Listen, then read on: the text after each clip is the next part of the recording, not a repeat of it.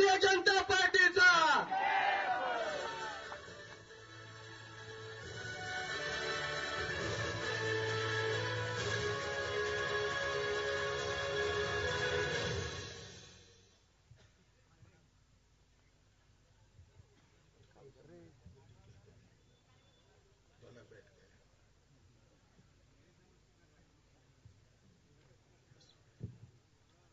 भारत माता की। जरा जोर से आवाज बोली निकालिए, पृथ्वीराज जी को सुनाई पड़नी चाहिए। भारत माता की। मंच पर उपस्थित भारतीय जनता पार्टी के राष्ट्रीय सचिव श्रीमान श्याम जाजू जी, यहां के लोकप्रिय सांसद डॉक्टर सुभाष जी भामरे, जरा मराठी में गड़बड़ होता है, विधायक श्री अनिल गोटे जी, श्री बबनराव चौधरी जी, माजी सांसद श्री बतवाल जी, श्री मदन लाल जी मिश्रा जी, इसी सीट से जो विधायक बनने जा रहे हैं ऐसे श्री मनोहर जी, श्री नयन ज्योति जी, श्री अनूप अग्रवाल जी, श्री संजय शर्मा जी, श्री अनिल जी और आज के कार्यक्रम में उपस्थित माताओं, भाइयों और बहनों, मित्रों, सबसे पहले तो मैं आप लोगों का अभिनंदन करने आया हूं, क्योंकि कुछ समय पहले यही सीट से हमने मोदी जी के लिए डॉक्टर सुभाष जी को आप दिल्ली भेजिए, ऐसा हमारे कार्यकर्ताओं ने आप लोगों को विनती की थी और आपने मोदी जी के हाथ मजबूत करने के लिए डॉक्टर सुभाष को यहां से दिल्ली भेज दिया और इसी के कारण महाराष्ट्र में 48 में से 42 सीट जो मिली, इसी के कारण मोदी जी पूर्ण बहुमत से आज भारतीय जनता पार्टी के प्रधानमंत्री बनकर देश को विकास के रास्ते पे आगे ले जाते हैं।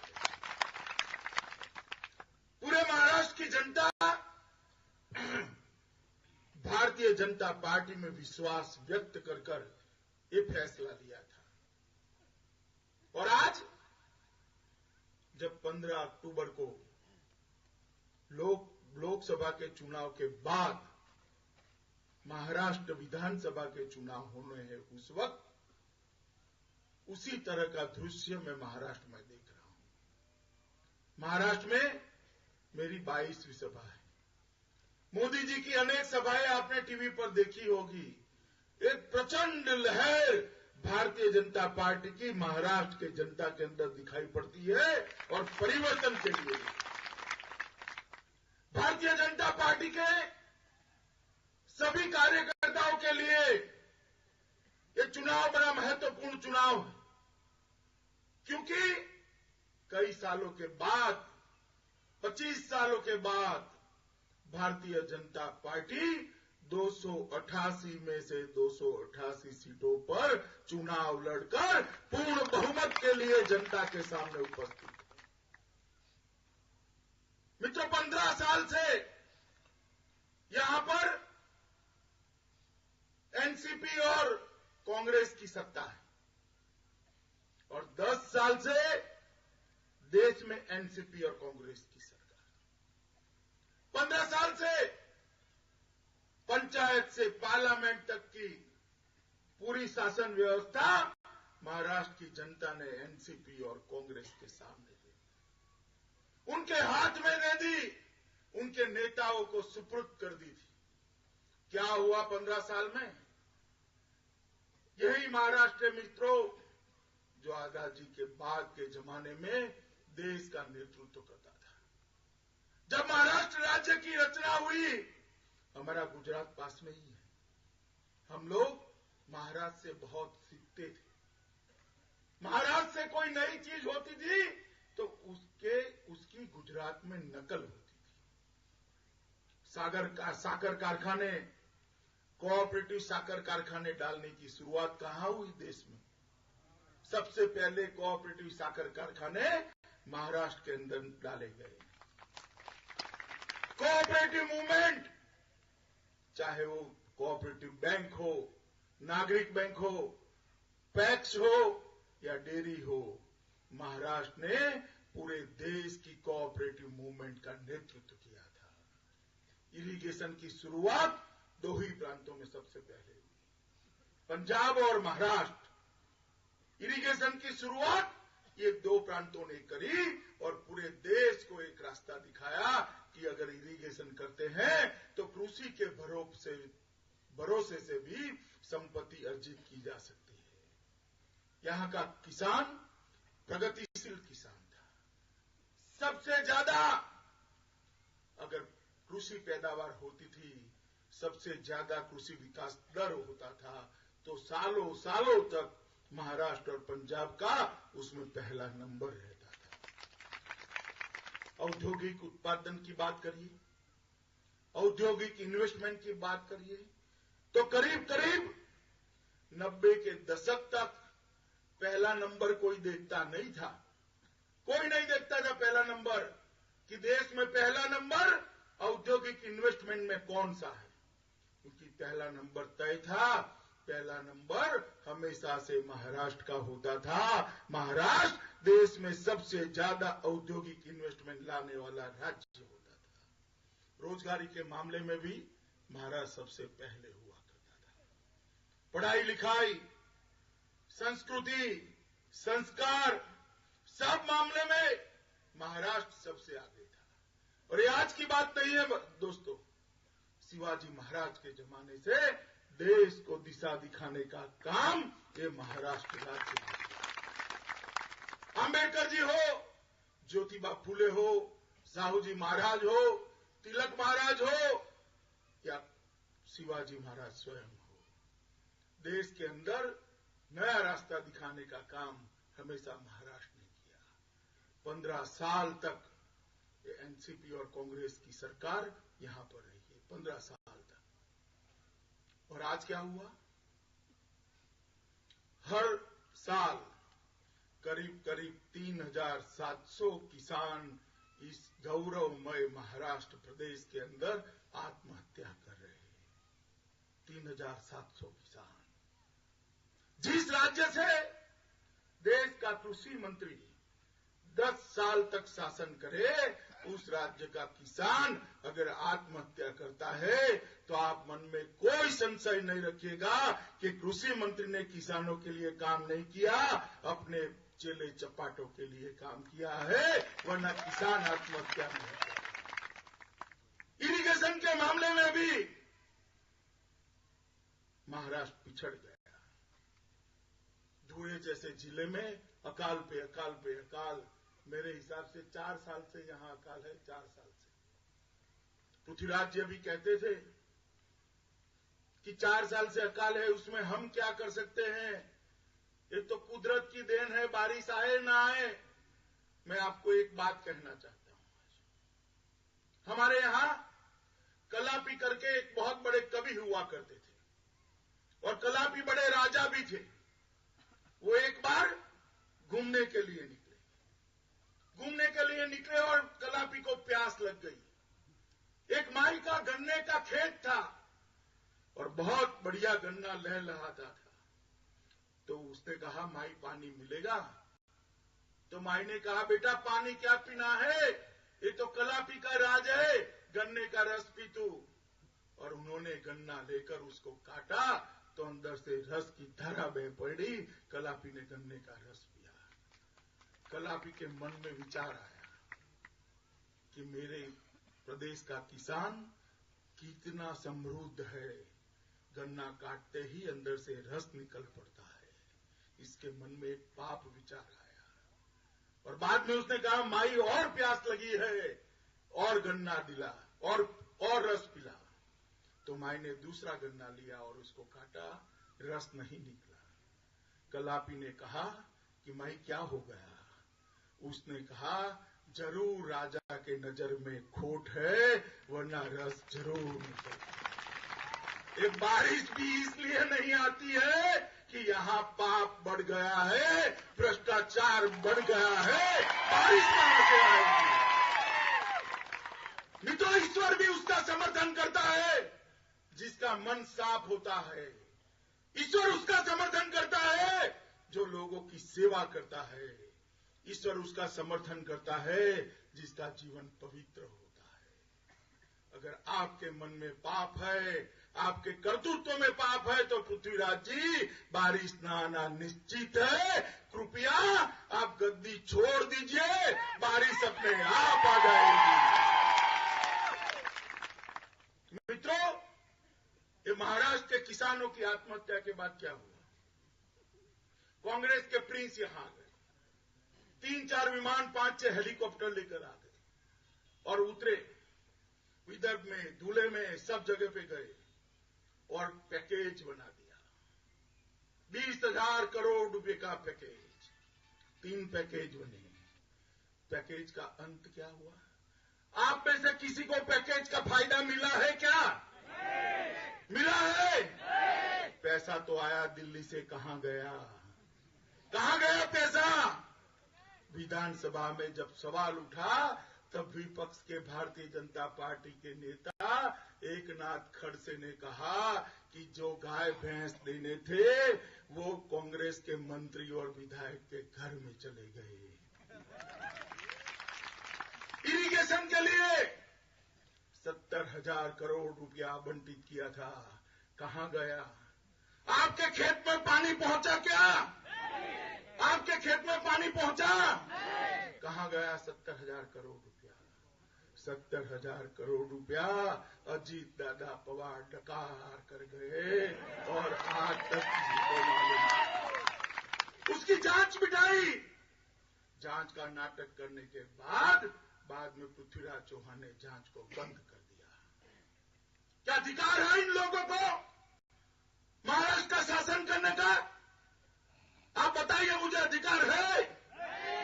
उखाड़ फेंके इस सरकार को जो महाराष्ट्र के किसान का खून चूसती है। उखाड़ फेंके इस सरकार को। एक देशभक्त सरकार लाइए, एक करप्शन न करे ऐसी सरकार लाइए और एक मोदी जी के साथ जुड़ जाए ऐसी सरकार लाइए। मित्रों, महाराष्ट्र का विकास करना है तो मोदी जी के साथ जुड़ जाए ऐसी सरकार चाहिए। जहां जहां भारतीय जनता पार्टी का शासन है वहां पर 24 घंटा बिजली गांव में पहुंच चुकी है। गुजरात यहां से कितने किलोमीटर दूर है? हैं? आना जाना तो होता होगा ना? वहां पूछा है गांव में लोड शेडिंग है? और आपके यहां तो लोड शेडिंग नहीं चाहते हैं तो भारतीय जनता पार्टी की सरकार लाइए और श्री मनोहर जी को विधायक बनाइए।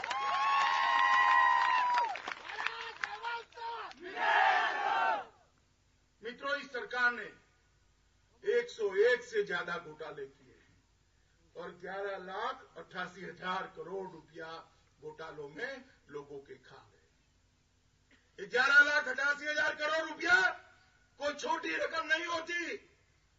2 लाख करोड़ का महाराष्ट्र का बजट है, 2 लाख करोड़ का।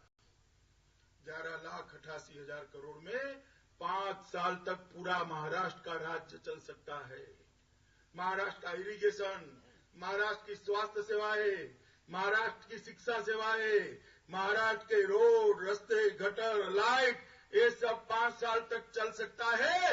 इतने पैसे एनसीपी और कांग्रेस के नेता खा गए और अभी भी उनको चौथा मौका चाहिए। दे सकते हैं क्या? दे सकते हैं? मित्रों, मैं आपको कहना चाहता हूं कि यहां और देश में इन्होंने घोटाले के अलावा कुछ नहीं किया। 2G का घोटाला किया, हेलीकॉप्टर का घोटाला किया, टैंक खरीदने में घोटाला किया, हेलीकॉप्टर खरीदने में घोटाला किया, विमान खरीदने में घोटाला किया, एयरपोर्ट बनाने में घोटाला किया, इसरो में घोटाला किया और अंत में कोयले में भी घोटाला कर कर कोयला भी खा गए। आदर्श सोसाइटी में शहीदों की विधवा के लिए बनाए हुए फ्लैट मुख्यमंत्री का साला ले लेता है, मुख्यमंत्री का भतीजा ले लेता है, रेवेन्यू मिनिस्टर का साला ले लेता है। शर्म करो कांग्रेसियों, जो लोग शहीद हो गए देश पर, उनके लिए दिए हुए फ्लैट आपके सगे वालों में बेच दिए आपने। शर्म आनी चाहिए कांग्रेस पार्टी को। कोई अधिकार नहीं है आपको मत मांगने का। अभी पृथ्वीराज चौहान एडवर्टाइज में आते हैं और एक फाइल पर साइन करते हैं, मी पृथ्वीराज चौहान। अरे पृथ्वीराज जी, अब तो आपका समय समाप्त हो गया। ये साइन तो विकास पर 5 साल पहले करनी थी, तब तो विकास की एक भी फाइल नहीं क्लियर करी। अब एडवर्टाइज में साइन कर कर क्या करेंगे? जनता आपको निकालने वाली है। मित्रों, अभी मैं कुछ दिन पहले हरियाणा में सोनिया जी की रैली देख रहा था। सोनिया जी कह रही थी कि जो चिल्लाकर बोलता है वो सच नहीं है। मैं सोनिया जी को पूछना चाहता हूं, किसान जब आत्महत्या करता है तो उसकी विधवा चिल्लाती है, सोनिया जी वो सच नहीं है क्या? वो सच नहीं है?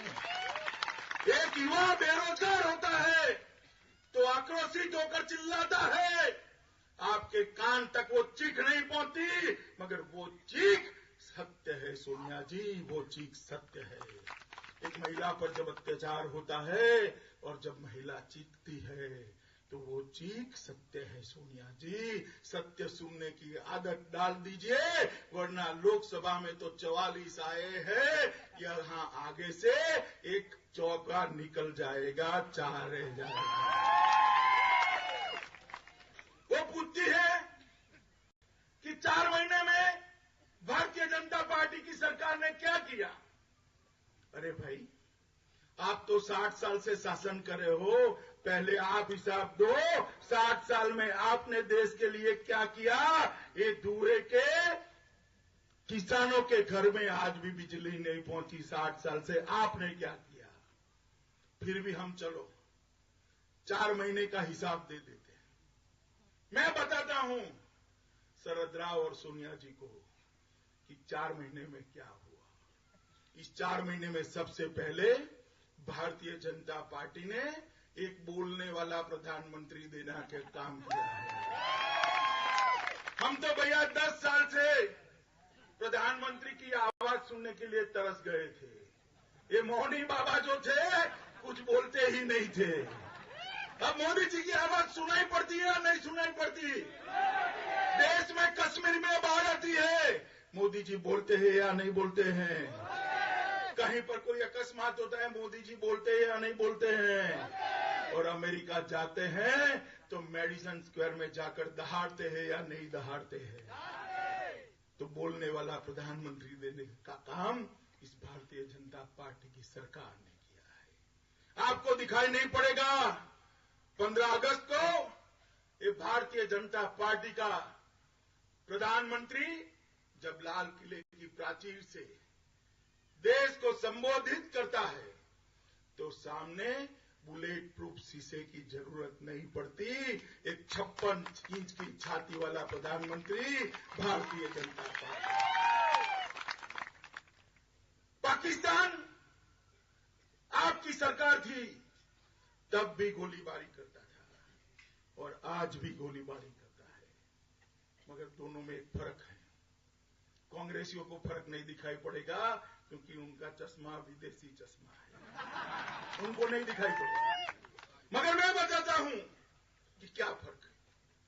फर्क ये है कि पहले गोलीबारी की शुरुआत पाकिस्तानी सेना करती थी और अंत भी पाकिस्तानी सेना करती थी, और आज गोलीबारी की शुरुआत तो पाकिस्तानी सेना करती है मगर उसका अंत हिंदुस्तानी फौज करती है।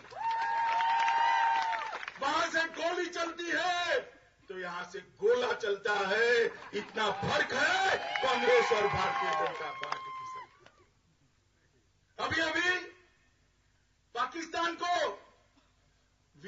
सचिव स्तर की बातचीत के लिए निमंत्रित किया था। मोदी जी ने निमंत्रण दिया, पाकिस्तान ने हाँ भी बोली, आए भी, सीधी विदाई हुई, और बाद में पाकिस्तान ने हमेशा की तरह एक खुराफात शुरू कर दी। और खुराफात में क्या किया? उसने कश्मीरी अलगाववादियों के साथ बातचीत शुरू कर दी। वो दुनिया को मैसेज देना चाहते थे कि कश्मीर आज भी विवादित जगह है। पहले भी ऐसा होता था। पहले ऐसा होता था तो क्या होता था? पहले ऐसा होता था तो पहले सचिवों की मीटिंग होती थी, बाद में मंत्रियों की मीटिंग होती थी, और उसके बाद में मंत्री और प्रधानमंत्री की मीटिंग होती थी, और बाद में कुछ नहीं होता था। मगर इस बार जब पाकिस्तानी उच्चायुक्त ने कश्मीर के अलगाववादियों से बातचीत करना शुरू किया तो आधे घंटे में ही मोदी सरकार ने फैसला कर दिया, कश्मीर भारत का अभिन्न अंग है। अगर कश्मीर के अलगाववादियों से बात करनी है तो भारत के लिए बातचीत के दरवाजे बंद है। पूरी दुनिया में एक मैसेज भेज दिया कि कश्मीर भारत का अभिन्न अंग है। ये फर्क पड़ गया है। 3 महीने के अंदर आप 4.2 का विकास दर हमें देकर गए थे। इस सरकार ने 4.2 के विकास दर को 5.7 पर पहुंचा दिया। ये काम किया है। शेयर बाजार ऊपर चलने लगा, नए कारखाने आ रहे हैं। कारखाने आ रहे हैं तो युवाओं को रोजगार मिलने की भी शुरुआत होगी। 3 ही महीने में इतना काम किया है। आपने 10 साल में पेट्रोल के दाम कभी गिरते हुए देखा था? बताइए, देखा था? अभी 3 महीने में 6.5 रुपया गिरा है या नहीं गिरा है? बताइए। गिरा है ना? तो गिराने का काम भारतीय जनता पार्टी की मोदी सरकार ने किया है। मित्रों, इतने सारे काम किए हैं। बहुत बड़ी मेरे पास सूची है। जन धन योजना, मेक इन इंडिया के द्वारा भारत के अंदर दुनिया भर के इंडस्ट्रीज को लाकर यहां के युवाओं को रोजगारी दिलाने का काम है। स्वच्छता अभियान, महंगाई घटाने का काम, इतने सारे काम किए हैं कि 3 महीने में कोई सरकार नहीं कर सकती। अगर मैं उसकी सूची पढ़ने जाऊं ना तो भी 7 दिन की भागवत सप्ताह कम पड़ जाए, इतनी लंबी सूची है। मित्रों, पहले हमारे देश के प्रधानमंत्री विदेश जाते थे ना? कोई देखता था दुनिया में उनको? ये मनमोहन सिंह जी बेचारे जापान जाते थे, किसी को मालूम पड़ता था? चीन का राष्ट्रपति भारत आता था तो किसी को मालूम पड़ता था? मनमोहन सिंह अमेरिका जाते थे तो कोट पहनकर गए या स्वेटर पहनकर गए, मालूम पड़ता था आपको? पड़ता था? बताइए। अब मोदी जी जापान जाते हैं तो पूरी दुनिया देखती है कि मोदी जी जापान में क्या बोल रहे हैं। चीन का राष्ट्रपति यहां आता है तो मोदी और राष्ट्रपति के बीच में क्या बात होती है, उस पर पूरी दुनिया की नजर है। और मोदी जी अमेरिका जाते हैं तो मेडिसन स्क्वायर के अंदर हजारों अमेरिकन मोदी के सुनने के लिए टिकट देकर लाइन लगा देते हैं। इतना फर्क पड़ा है। आप में से कितने लोगों ने मोदी जी का भाषण सुना था अमेरिका का? जरा हाथ ऊपर करिए। ओहो, बहुत सारे लोगों ने सुना है। आप मुझे बताइए, हमारे देश का प्रधानमंत्री यूएन की असेंबली में और अमेरिका में जाकर अपने देश की भाषा में दहाड़ता है तो आपके दिल को आनंद होता है या नहीं होता है? पूरी दुनिया में हमारे देश का गौरव बढ़ता है या नहीं बढ़ता है? विदेश जाकर देश का प्रधानमंत्री विदेशी भाषा में बोलकर आता था, आज विदेश जाकर प्रधानमंत्री अपनी भाषा में दुनिया को संबोधित करता है। ये फर्क सोनिया जी हमने 3 महीने के अंदर किया है। और ये सम्मान जो विदेश में मिल रहा है मोदी जी को, वो सम्मान कोई मोदी का सम्मान नहीं है, मोदी जी का सम्मान नहीं है, भारतीय जनता पार्टी का सम्मान नहीं है, देश के 125 करोड़ लोगों का सम्मान है। इस दुनिया का सबसे बड़ा लोकतांत्रिक देश है, उसका नेता जब जाता है तो लाल जाजम बिछाकर स्वागत होना चाहिए। और देश का नेतृत्व ऐसा व्यक्ति कर रहा है जिसके कारण दुनिया सोचती है कि 21वीं शताब्दी का नेतृत्व अब भारत करेगा। ये फर्क नहीं पड़ा। मित्रों, ये विकास की गंगा जो मोदी जी ने दिल्ली से अवतरित की है, इसको हम दूल्हे तक पहुंचाना चाहते हैं, मगर बीच में बहुत सारी रुकावट आपने दूर करनी है। ये एनसीपी कांग्रेस की सरकार आपने हटानी है। यहां पर कमल के फूल के लिए एक सुंदर सरोवर का निर्माण आपने करना है। यहां पर पूर्ण बहुमत से सरकार बने और मोदी जी के नक्शो कदम पर महाराष्ट्र भी सबसे 1 नंबर का राज्य बन जाए।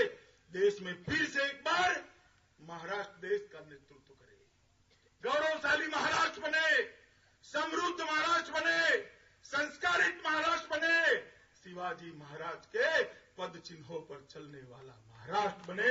इसके लिए भारतीय जनता पार्टी की सरकार चाहिए। और भारतीय जनता पार्टी की सरकार तभी आ सकती है जब आप मनोहर जी को यहां से जिताकर भेजेंगे। आप मुझे बताइए, मनोहर जी को आप जिताकर भेजेंगे या नहीं भेजेंगे? तो मेरे साथ दोनों हाथ खड़े कर मुट्ठी बांधकर गुस्से से और जुस्से से भारत माता की जय बुलाकर संकल्प करिए कि यहां बैठा हुआ प्रत्येक व्यक्ति 20 लोगों को कमल के निशान पर बटन दबाने के लिए समझ आप देगा और 20 लोगों को मतदान कराएगा। जो सहमत है मेरे साथ, वो दोनों हाथ खड़ा कर भारत माता की जय बोलेंगे।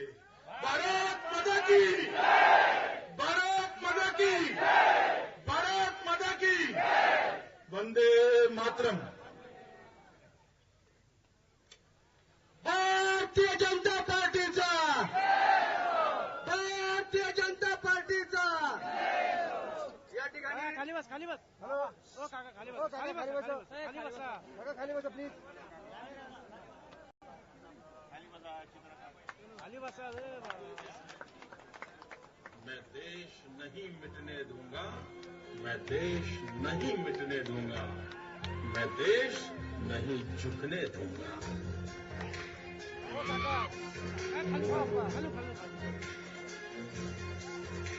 सौगंध मुझे इस मिट्टी की, मैं देश नहीं मिटने दूंगा, मैं देश नहीं मिटने दूंगा, मैं देश नहीं झुकने दूंगा।